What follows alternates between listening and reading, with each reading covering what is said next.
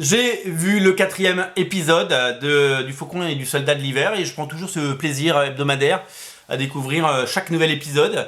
Même si j'ai vraiment cru qu'on partait dans ce nouvel épisode sur un copier-coller de l'épisode 3 avec la suite de cette enquête pour retrouver les Flag Smashers, évidemment. Donc du coup je me suis dit oh non, on est reparti où on va avoir Bucky qui fait comme ça et Faucon qui marche avec sa petite veste comme ça bien taillée avec ses petites jambes. J'ai vraiment cru qu'on allait se taper ça. J'ai dit est-ce qu'on va revoir le costume est-ce qu'on va revoir les costumes de chacun. Et donc ça c'est toute la première partie de l'épisode, elle est comme ça, c'est un peu la suite de celui d'avant, avec évidemment Zemo qui est la révélation. Ils ont changé la personnalité et ils ont tout changé. Ce n'est plus du tout le Zemo de Captain America Civil War.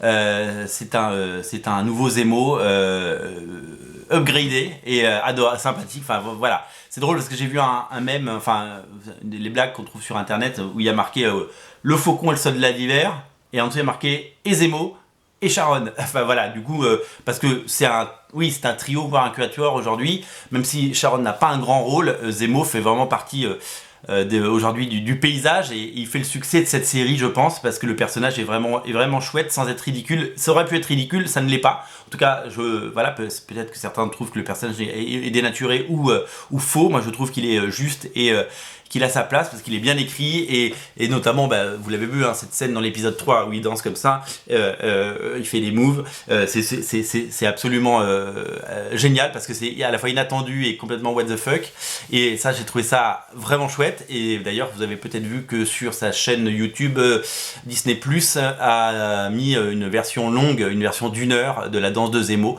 ce qui prouve qu'il y a beaucoup de second degré là-dedans et que ça fait plaisir. Donc ce 4e épisode, ouais, il est en 2 temps. Évidemment que ça commence à se muscler au moment où les choses se resserrent, puisque parce qu'il faut, ça y est, ils ont trouvé les Flag Smashers. Il faut récupérer les doses de virus pour pas qu'ils partent dans la nature et puis ce Captain America qu'on déteste tous, mais c'est voulu, hein. C'est marrant que les gens prennent tout au premier degré. J'aime pas du tout, je préférais l'ancien. Bah oui, il est écrit comme ça, il est écrit pour qu'on le déteste. USC John, c'est pas un mec sympa. John Walker, c'est un connard dans les comics et donc c'est normal que ce soit un connard.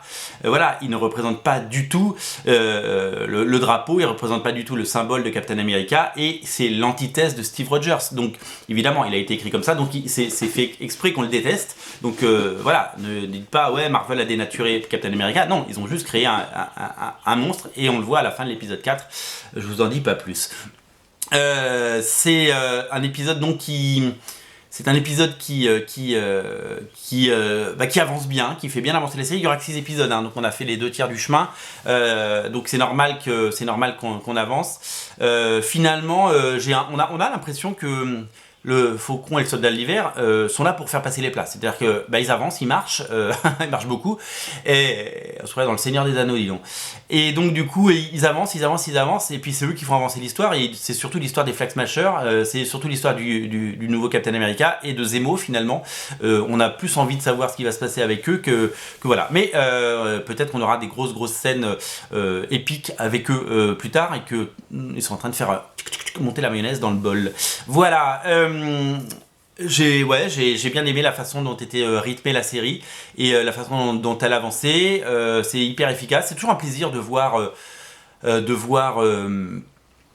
quand il s'appelle, de voir le Soldat d'Hiver en action, par exemple, quand il commence à courir, bon, ils accélèrent l'image, il y a des moments où on voit qu'il tourne le bouton pour que ça aille plus vite, mais moi j'aime bien ce côté super soldat, c'est-à-dire qu'ils peuvent, quand ils se prennent une balle, ils saignent, mais voilà, ils ont des aptitudes, ils sont pas indestructibles, hein, c'est pas Superman, mais ils ont juste des aptitudes développées, et ils courent vite, ils peuvent sauter haut, etc., et je trouve ça bien, ce concept-là, et c'est plutôt bien rendu à l'image, voilà. Évidemment, le Rubicon est franchi à la fin.